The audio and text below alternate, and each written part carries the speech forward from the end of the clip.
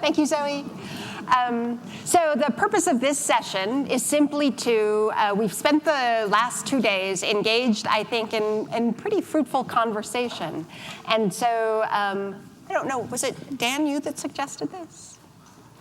Someone on the program committee suggested that rather than having a final session, we have a final session where we get a moment to sort of sit and reflect and collect what are the themes, what are the major takeaways that we, or areas for future work together or research that we would like to see move forward past this workshop. So we've collected some themes from the various sessions and from the Twitter stream. And so I'll be happy to share those, but I'm just curious from the group. What were the major insights, questions, areas for future work that you are taking forward or would like to share with the group? And we have the mics carrying around.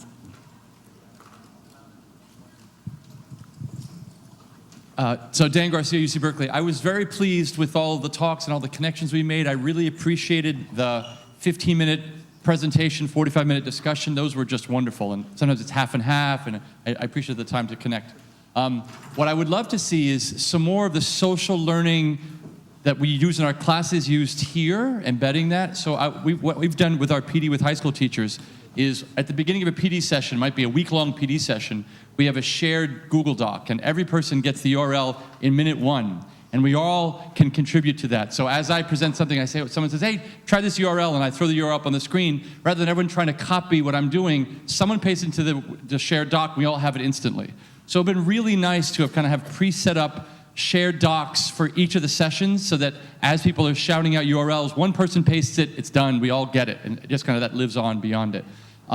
I also, in the sessions that we ran with our high school teachers, we always, for every slide deck we ever showed, we had the top first slide, welcome to the slide, here's the title, and here's the URL to download these slides today. Because I think I saw a lot of us, including myself, were typing a lot of the slides, in fact, especially this morning. I would have loved to have had that with me, with slide numbers even. So a lot of times presenters didn't have slide numbers, so A, slides in advance, B, slide numbers, and C, a group shared document. I think those 3 things could have set this on fire, so that would be useful for the future. Great, thank you. So that's a great learning or takeaway for how to organize the next conference. I'm interested in those, but I'm also interested in content of the things that you learned or themes that came to you that you're interested in taking away. Get Justin a...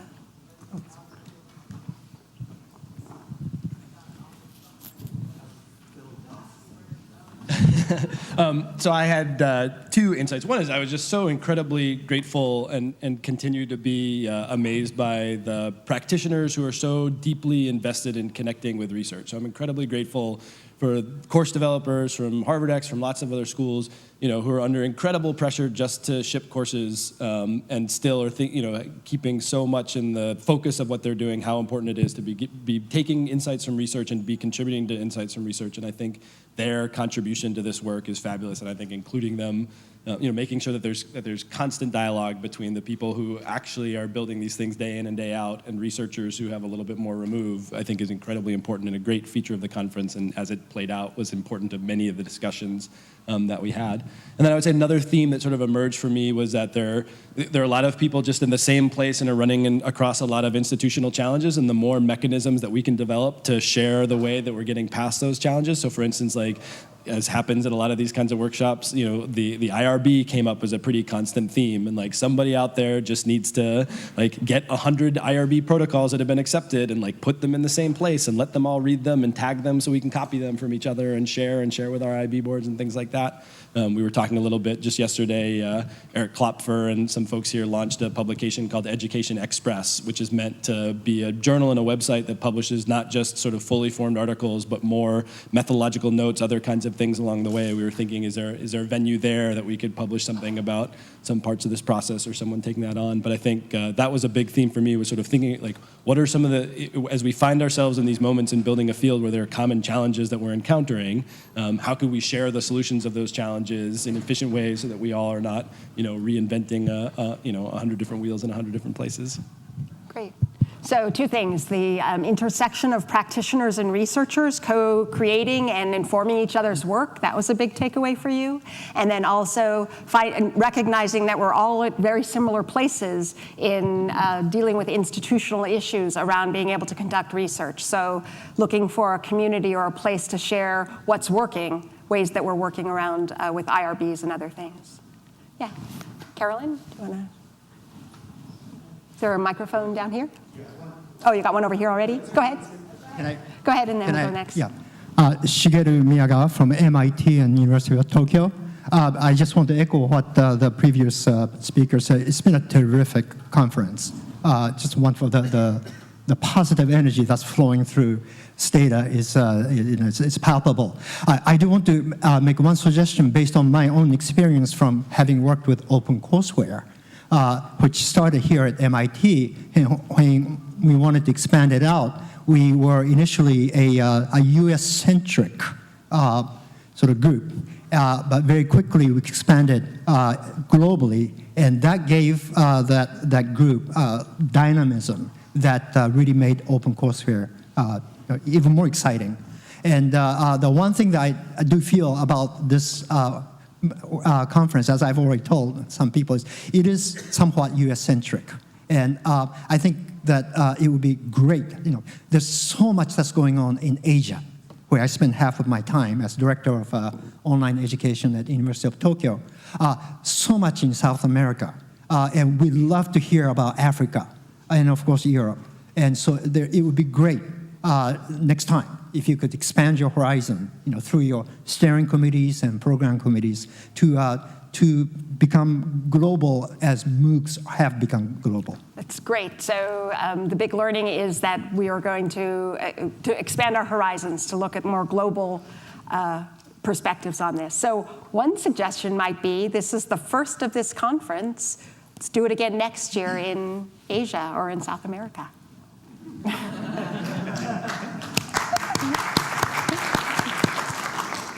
I was told I have the next place in the mic queue. Armando Fox from Berkeley. This has been a great time. I wish there hadn't been quite so many parallel sessions, because there was always something I couldn't go to because I was going to something else that seemed equally interesting, at least at the time. But I think one thing that I've taken away from the discussions... I thought I was just going to get away with that. The one thing I did take away from many discussions, I've spoken to a bunch of people who are education and learning sciences people primarily, cognitive psychologists primarily, computer scientists primarily, like myself. Obviously, this is an interdisciplinary research area, and there has been a lot of criticism that MOOCs version 0.9, which I feel is kind of where we are now, reflects almost none of what's come out of the learning sciences research in the last few decades. And I think I'm one of the few people who's not ashamed to say, you're right. Computer scientists have this habit of doing things. We do a lot of engineering to get a breakthrough along a dimension such as scale or affordability or something. If you told somebody 15 years ago who was doing online education that in 15 years there will be a worldwide, free-to-the-end user content distribution network for video with automatic captioning by speech recognition and automatic translation of those captions, you would have been laughed out of the room. But that happened. So what computer scientists do, I think, our view of the world, especially the systems world, is we try to push the barriers to sort of get to a new plateau that was not imaginable 10 or 15 years ago. And yes, many of us are naive about the kind of research that really ought to inform the platform that is going to be delivering, we hope, learning materials in education. We want to learn that research, and we want to meet you halfway, and we have to learn to speak each other's languages. So, I have been inhaling as much of the literature as I can. Having contacts like Candace and her team at Stanford and my own colleagues at Berkeley is very helpful, but I'm encouraging both sides to reach across the aisle here. Yes, we are ignorant of much of the education literature, maybe more than we should be. On the other hand, I've been teaching for 15 years, and I never got any literature handed to me on the way in the door on how to teach in the classroom either. So we want to meet you halfway, and the more I would love to see a talk, 10 papers that everyone who stands in front of students should read, practical results from the educational literature that you can apply in your classroom tomorrow. I've been writing a blog post to that effect over the last 3 months, and someday I'll finish it. But I want these kinds of events to be reaching across the aisle events. And if computer scientists can educate educators about why we do what we do, and educators can educate us about what works and what doesn't, I'm sure we can do something great here. So I'll come to the next one. Great. So I actually think that that is something that we did. I'd be interested in hearing feedback, but that was something we were trying to create the space for here is, as you put it, crossing the aisle. That's kind of an interesting metaphor for that. And I think that at least the conversations I was seeing, because I kind of know who's in which camps, if you want to think of it that way, and there seemed to be a lot of that that cross-disciplinary conversation, which is Much better than a year ago. great. Yeah. We're much better off than a year ago. Yeah. Okay. Yours? So Go ahead, Carol. I'm Ursula Wolz, and I've been giving different stories to different people about my background, but I am a diehard in the classroom, collaborative, use technology for individual learning, but it's the peer communication that's essential kind of person, and I spent a year with Lynn Stein at Olin, so I'm even more corrupted. I'm first of all grateful that you let me in because my application was a rant. And the reason it was a rant was 3 years ago, I did a keynote where I was supposed to introduce faculty in education to what is it that computer scientists do. And before I got up, the provost at the institution got up and said, well, okay, so we have this conference on educational technology, but these MOOCs are coming, and they're about to replace you. What are you going to do about it? He addressed the audience of college educators, and I went up there and said, I'm in deep trouble.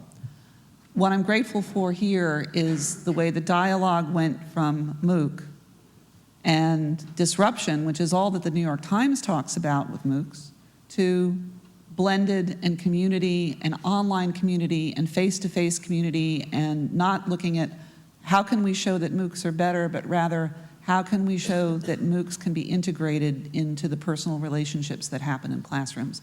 So thank you so much for that. I've come out as an acolyte. I'm excited about where this is all going, and for all of you, let me play with you.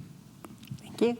So yes, this notion I think that we did celebrate here, which is we're not looking at MOOCs as replacement for higher education, but really looking at how do we use the technology effectively to augment, and how do we use what we do in class? How do we use what we do with faculty? How do we use what we do with peers? And how do we combine those different resources to create the most effective learning experience for our learners? Caroline, you've been waiting a long time. Yeah, so I guess my question might be, it's strongly related to Armando's question, maybe from the other side. I'm proud to say I'm a researcher, and I came to this workshop with the idea of, this is my opportunity to get my work out there and have practitioners hear it. And now I'm realizing, oh, that was a really arrogant way of thinking about it. And I'm just remembering that there's been this issue with a lot of learning sciences conferences, a discussion about trying to involve practitioners and policy people. And the feedback we always get, it seems, is, I can't make heads or tails out of your research. What are we supposed to do? Because good research raises new questions, keeps things ambiguous, we have to keep ourselves in business, but also it's complicated, and usually we don't have the simple answer, and usually we can't, oftentimes somebody wants well, what do you really know? Well, not a lot. For sure, And so I guess my question is, so it sounds very positive, this idea of the kind of exchange that happened at this workshop, but what I'm wondering from the side of people who came here as practitioners, not as researchers, when they heard the research presentations, were they left with that feeling? Because I haven't heard people complain about that, but I wonder if there's some of that sentiment out there that's not being expressed, or if everyone is close enough to a researcher that they just expect the ambiguity, and so then it was less of an issue. So that's a question you're asking. That's the question I'm asking. Particularly to practitioners that are not directly researchers. So does anyone I was want to next in the respond mic to queue, that? but I can answer that question because I'm a practitioner and I'm not a researcher. And I really enjoyed being exposed to the research that I heard about at the conference. I didn't think I had a particularly hard time ingesting some of it. What I'm worried about, though, is my ability to use it, right, to sort of operationalize it. And it's not because I don't want to, right, because there's half a dozen things that I've heard about that I'd really like to try in my own course. I think I have the problem that other people who are not affiliated with the edX's and the Armando's Center and other places have, who are out there. Hey, no, leave the mic alone. You already had your say. So, so the people who aren't, I'm often in sort of outer space, right? I mean, I don't have, a studio on campus that I can go to record videos, right? I don't have a team of people that are helping me design my class, right? I still want to use some of these resources. I'm capable of doing it, right? But what I really could use, and as like everyone who tells the NSF what to do, I expect to receive some of this money, but I think that it would be great if there was funding for practitioners to put some of these ideas out in the field, right? Not just in the context of sort of edX and other types of really well-organized efforts by elite institutions, right? They really have the money to do this themselves if they want to, right? People like me who, my time is valuable and I have other things to do. I would love to try this, right? But I need a little bit of space at my institution so that I can have an excuse to actually work on teaching, right? And take some of the steps necessary to experiment with these things, right? So again, I would love if there was like an NSF, maybe there is, right? A program in the education area that was kind of like operationalizing existing ideas in the field of education, right? So, sorry. So I sense Armando wants to say something. Yes. We're both systems guys. Yeah. In our area, the name for what you just described is software. Yes. I think the Reaching Across the Aisle challenge, the artifact version of it, is how many of the best practices from the education literature that are successfully adaptable in this context, or maybe can even be improved in this context, can be packaged into software so that people who do not necessarily know that research still benefit from them. Yeah. Like, a really simple one, right? I didn't realize that someone has done a meta-analysis of 80 years worth of multiple choice questions to figure out how many options you should have in a multiple choice question. It's 3. Really? And I can point you at the paper that is unbelievably well written. So this is a simple machine checkable thing, right? I can have software that embodies known best practices helping me when I put together my course. So even if I don't have a team of researchers and educators around me, I will avoid at least doing some wrong things. So I think that the way that I would pose the interdisciplinary research challenge is, it's not just what research findings can we come up with together, it's how can we package them in a way that people who aren't familiar with the findings will still be able to benefit from them, at least indirectly. Right. For me, that's the real opportunity of MOOC software. And your advocacy is to build them into the authoring tools. As much as possible, recognizing that there's a number of interesting avenues of research where there isn't any set way to do that. But I think there's probably a lot of low-hanging fruit that we could do, and those are just a matter of let's learn how to talk to each other and figure out which of those we can start immediately putting into practice. Because I agree with the criticisms that most MOOCs and platforms today pretty much are not buying us any of that. Okay. Other respondents to Carolyn's question, other practitioners? Just interested in hearing from, yeah. So I'm not a practitioner, but one of the things that I found a lack of in a lot of the discussion here is that it was really very much focused on traditional notions of higher education.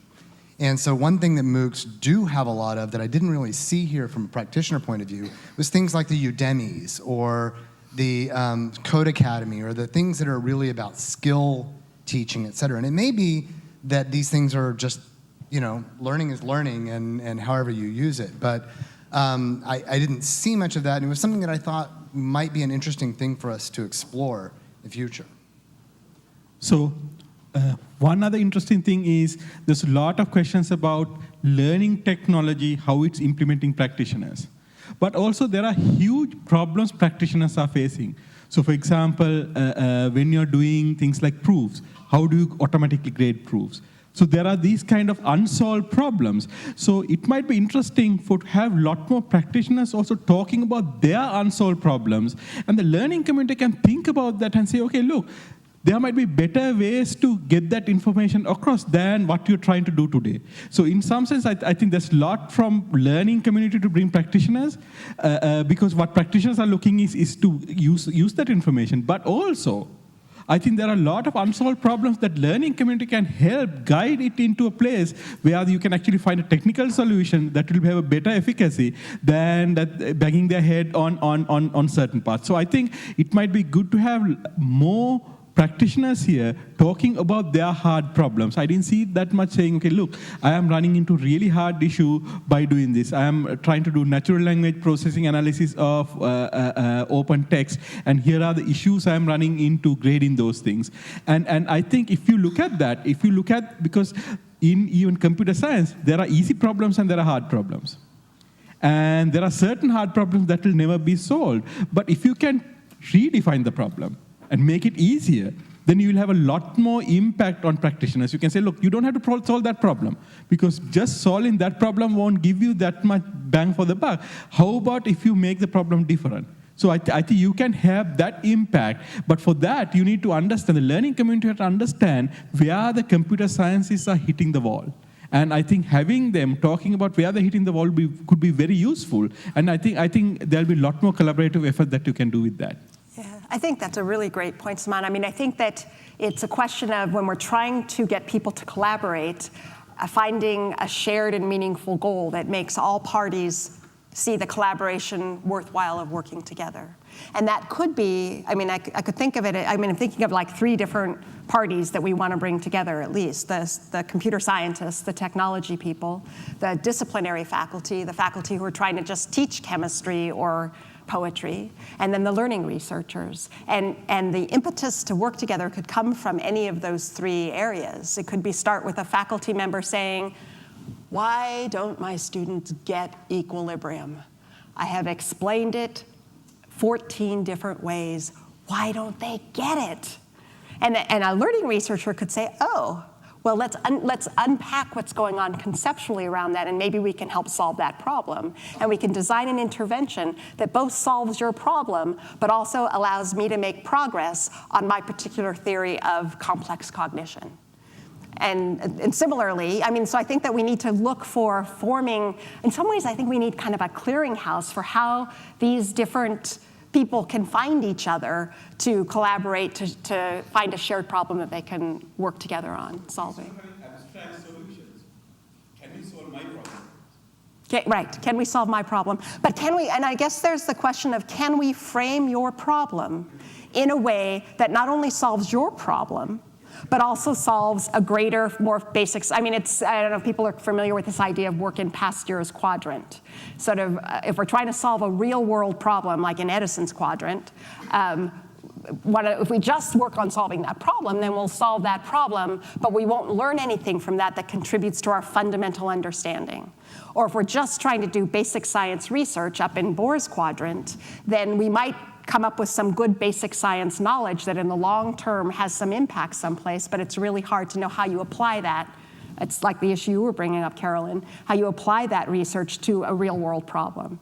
So the key is to structure your interventions, your research up in Pasteur's quadrant, where you're both trying to solve a real world problem and also trying to make progress on a fundamental understanding of, say, learning science. And I've dreamed of trying to find some way of bringing together practitioners with researchers, with software engineers, to identify where are some of those shared problems that we can make traction in both directions together.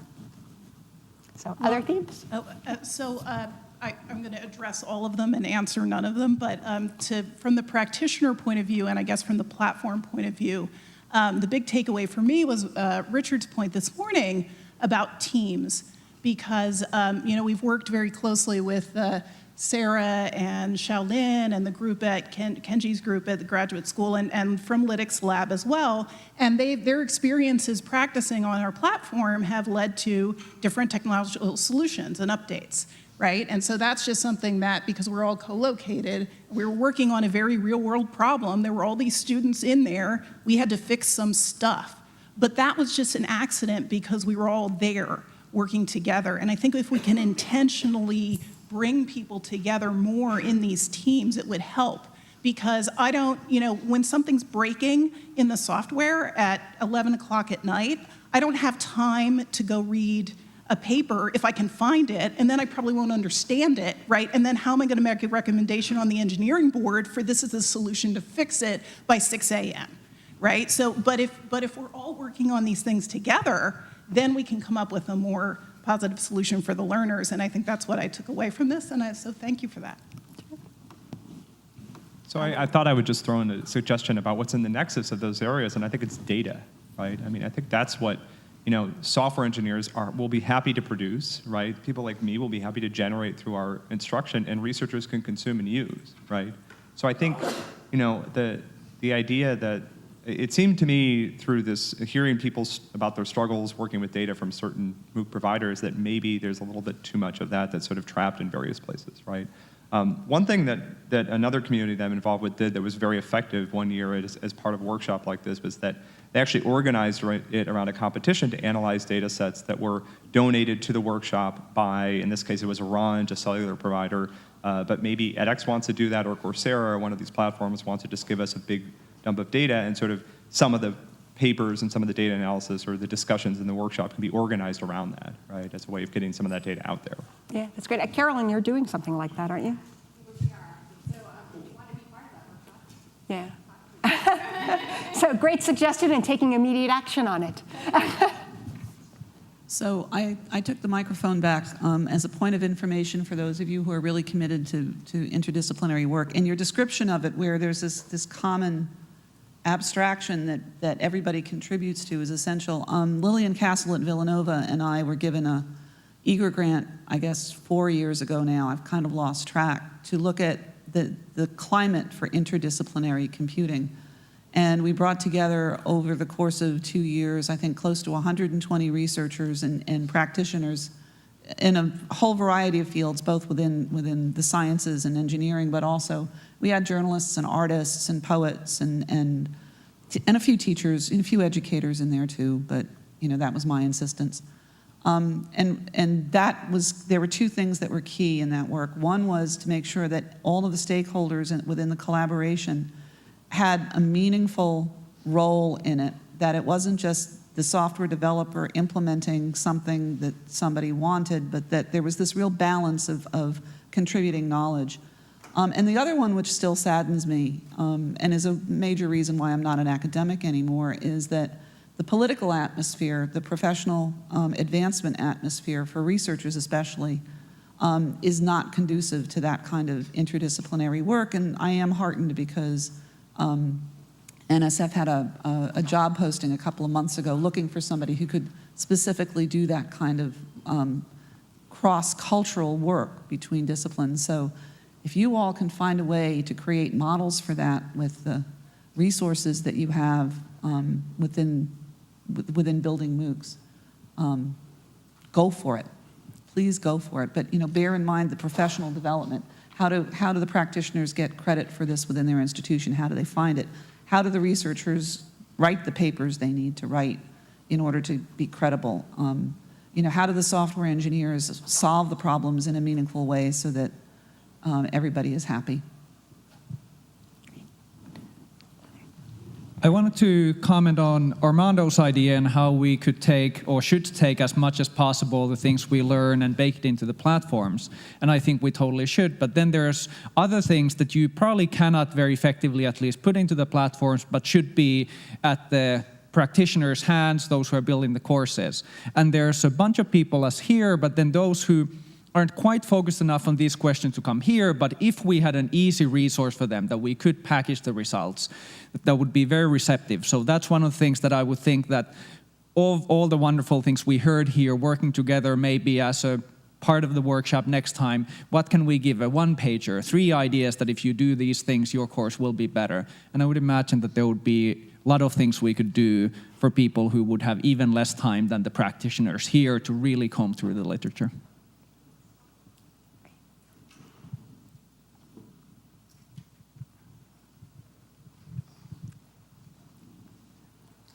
Anyone? Hi, I'm Jen. I'm from Cal Arts. And I've really enjoyed this conference. It's been a very enlightening experience listening to my colleagues speak about other courses that they've developed.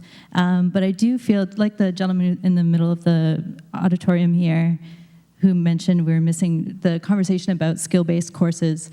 I felt like STEM seemed to be the primary focus or primary theme at the conference. And of course, arts-based MOOCs are on the horizon, and it would be great. If you are an instructor or an administrator or someone who's planning an arts-based MOOC or running an arts-based MOOC or thinking about running an arts-based MOOC, I am trying to find you, so please connect with me.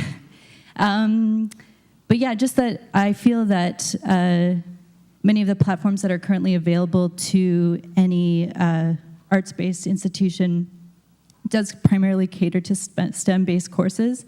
And although we seem to be co-opting those resources for our own use, we would be able to, or would be ideal to see some other opportunities to create a space for students to take a risk or fail rather than trying to master a subject. So I would like to see those types of conversations happening in the future as we move forward and innovate MOOCs.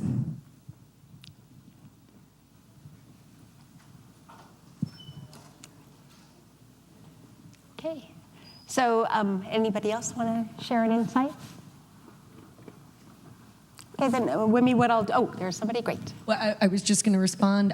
There are arts-based MOOCs. And you might look at Penn State my colleagues there did an art course that was an absolute joy for the instructor and the students alike, and seemed like an incredibly cool model that you might explore. It was offered through Coursera. Yeah. But I think your point is well taken, though, it would be really interesting to get together specifically arts faculty with the learning researchers, with the software engineers, to start off saying, what's the learning experience we're trying to create? And how do we shape the technology to better fit those particular learning goals, which is a different frame. So, yeah, I think it's a great idea. Anything else? Okay, yeah, go ahead. Yeah, I was just going to show what the themes were, some of the other themes that came up that didn't necessarily get mentioned here. Well, then I'll just throw it out quickly. Okay. Hi, I'm Joseph Williams from Stanford and moving to Harvard X.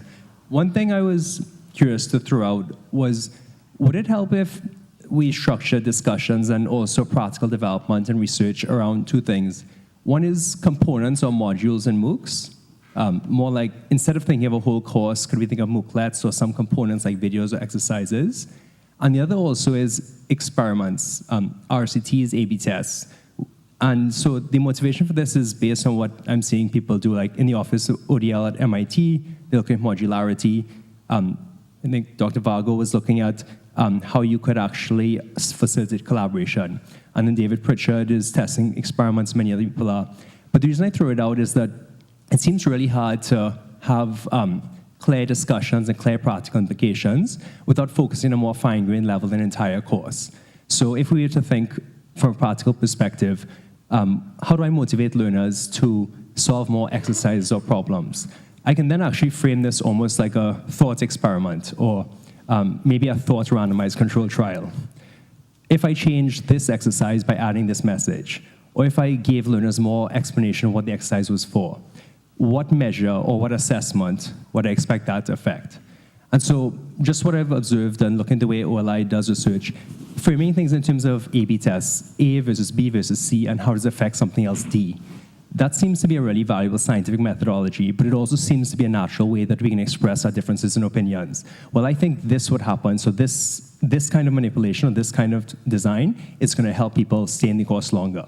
It's going to make them do better on this assessment. And that might be a nice way to kind of get people focused. When they're collaborative, they can design experimental conditions together and put a module that's better. And when they're competitive, you can frame your decision instead of as an argument, but actually testing it out. And that also has a lot of implications for where software development would be focused. So just kind of throwing it out, thinking about experiments in MOOClets. Okay, so a couple themes that came up. So the way we organize the themes were just to pick out a couple overall themes, and then these are specific tweets that were in those themes. So a couple main themes were, these are people brought up. Now that we have a richer understanding of the technologies to support massive open online courses, we should focus our attention on understanding how best to support learners in this environment. And then our goal, and this will make Barbara happy. Is Barbara here still? No. Our goal should be a fully open cycle, open content, open platform, open data, open models for analyzing the data. And then there's some tweets. There's no L in MOOC, but there should be. Do you remember that? That was from, I guess that was quoting someone. Yeah, the learning. And then Richard Clark saying teams are the solution to designing tech-based instruction for higher ed. And I think that point was made several times here already. Then there were some specific themes that came up in the area. The main themes of the conference were design, teaching, research, and technology. So we kind of organized the themes in those. So better design occurs when there's a team. I mean, this whole team idea kept coming up over and over again. But specifically teams of content experts, instructional designers, measurement, and assessment experts. And then this point, I think, was also made already, that we have decades of research, and how do we incorporate that into our current designs. And there are a couple tweets. There might be lots of great content, but it's not necessarily designed for particular audiences. I think this came up in you need to have design from the beginning the audiences that you're targeting. And then I actually like this quote from Susan. Unless we address the assessment question from the get-go, we might as well just all go home. And then in teaching, this acknowledgement that asking teachers to completely change their practice is a big ask. And so they need support and scaffolding for changing that practice. And then some questions about how do we rapidly change instructional strategies. And then sort of the acknowledgement that came up here, I think, from Armando's statement too, that you can have a PhD, but that doesn't necessarily mean you know how to do education. What's an SME? A subject matter expert. Thank you. That's education jargon. 140 characters. And then, I won't read these because it's actually bad PowerPoint practice to read exactly what's on a slide. I could? I should have put a URL at the top so that you could have downloaded these and made notes on them.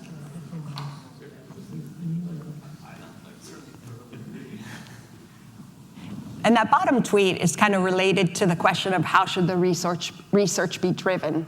That currently it's being driven a lot by what data do we have, so what kind of question are we going to ask, as opposed to what we usually do in research, which is what question am I trying to answer, and so what data do I need? And then the last area is technology. It's interesting, there weren't as many themes in the technology area as there were in the teaching and research area. But that tweet, it's not the technology, but what you do with it. It's kind of, I think, the summary for the whole conference. Okay, thank you.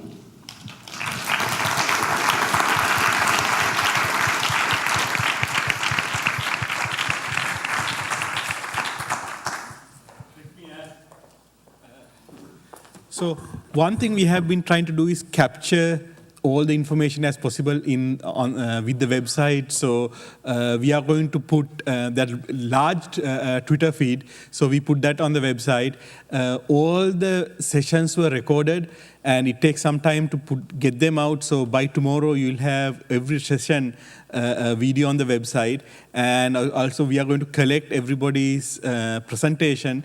And I think Ross has a Google Doc to collect those, Google Drop-in to collect them, and we'll put them in the website. So we'll try to make it a resource that going forward, you guys can use to watch, give it to students, and tweet.